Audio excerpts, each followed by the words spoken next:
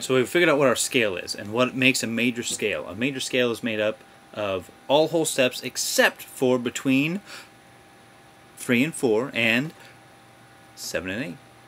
So knowing that, that's what defines any major scale, is to have half steps between 3 and 4 and 7 and 8, whole steps everywhere else. So let's go back to the key of C here, which on my guitar, right there, key of C. And again, we'll go 3 and 4 and 7 and 8. 1, 2, 3, 4, 5, 6, 7, 8. Bam, major scale. What defines a chord is now where we stand. What defines a chord? So you define a chord by building it on thirds. What is a third, you may ask? Aha, good question. So what we're going to do is, again, if we start on 1, in this case a C, we're going to call it 1. We need to find number 3, because that would be a third. So 1, 2, 3. Or C, D, E. C, D, E gives us a third. Now what we need though for it to be your most basic, like, full chord is 3 notes built on thirds. So we've got a C and an E. We need one more note, a third above that. So C, D, E, E, F, G, C, D, E, E, F, G. So again, C, D, E, 3, and then E, F, G, another 3. C, D, E, E, F, G. So that's 2 thirds.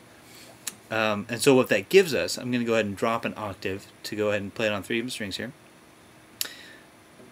is a C, an E, and a G.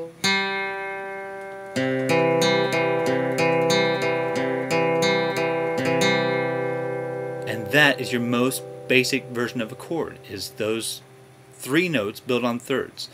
1, 2, 3, 3, 4, 5.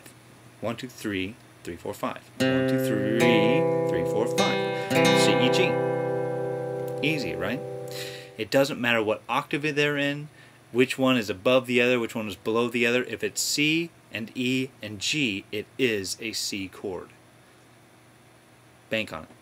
So again, in its most basic version, it's going to start on C and go up to E and up to G, C, E, G. But you could just as easily, if you decided to, it's what they call invert it, when you take the bottom note and put it on top, so then E, G, C. E, G, C, way up there. It's really the same chord, you've just kind of flipped it around a little bit.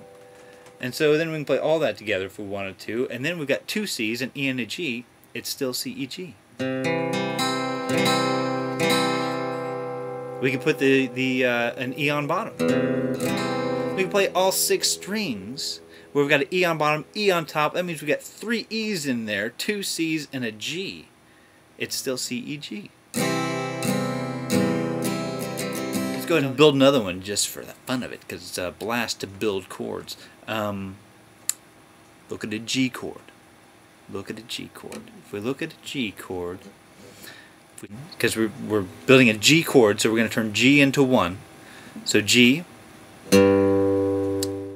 G, A, B, B, C, D. So G, B, D, right? There you go.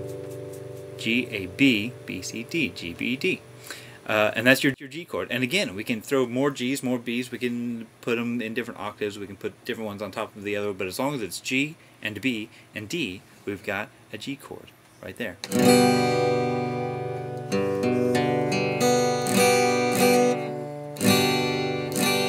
And so you notice there are a couple different basic ways to play a G chord on the guitar. And you're just adding a finger and you're turning one of the B's into a D, and they sound slightly different, but again, that's still a G chord. It doesn't matter what order they fall in, how many of each there are, it's still a G chord. Okay, now one important thing to note about chords is they have various characteristics. You can have a major chord, which we just got done playing 2 different major chords. You can have a minor chord. Those are the 2 main ones you'll find. You'll find major chords, you'll find minor chords a lot.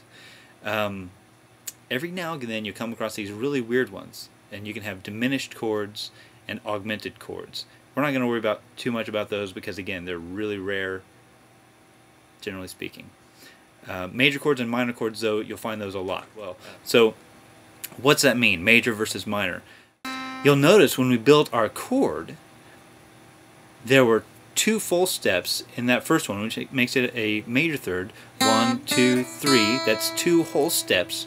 So we traveled 2 frets each time there. 1, 2 frets, 2, 2 frets, 3. 3 to 5, though, we only traveled a step and a half because of where our half steps fall. And so 3 half step, so 1 fret, 4, and then 2 frets, so a whole step, 5. That's only a step and a half. We still traveled 3, 4, 5, so it's a third. It's just a minor third. Yes. And so that's our major chord. It has the major third on bottom and the minor third on top. A minor chord is just the opposite way. You've got the minor third on bottom, major third on top. And so we're going to go 1, 2, and a flat 3. And so 1 to 2 is a full step, so 2 frets, and then only a half step, so 1 fret. And then we're going to go ahead and do our major third. And so we'll go ahead and travel 3, 2 frets, a full step, 4, 2 frets, a whole step, 5. And so what that does for us is gives us a minor chord as opposed to a major chord, which some people describe as sad or mysterious or spooky or I don't know, whatever you feel about it. That'll come into play. We'll talk about that when we get into the main chords of key. Now, again, there's diminished and augmented chords. Very briefly, a diminished chord is a minor third and a minor third, so 2 minor thirds. An augmented chord is 2 major thirds, for what it's worth. At this point, not going to worry about those too much. But that characteristic is very important when you play a chord. Like if something calls for an A minor, play an A minor, don't play an A major. If it calls for an A diminished, you better learn A diminished. If for some really odd reason it calls for an A augmented, you better play an A augmented, because otherwise you're changing things hugely. There are also minor differences that you can get in chords. For instance, like ninths, which can be called seconds, suspensions, sevenths, sixths, freaky stuff like that. Those are not as important. That's kind of colorful stuff that you can add on. You know, if you see a C7 chord, feel free to play a C. You'll be okay. It won't be quite as pretty, but it'll work. But again, if you see C minor, play a C minor. Don't play a C major. That's important.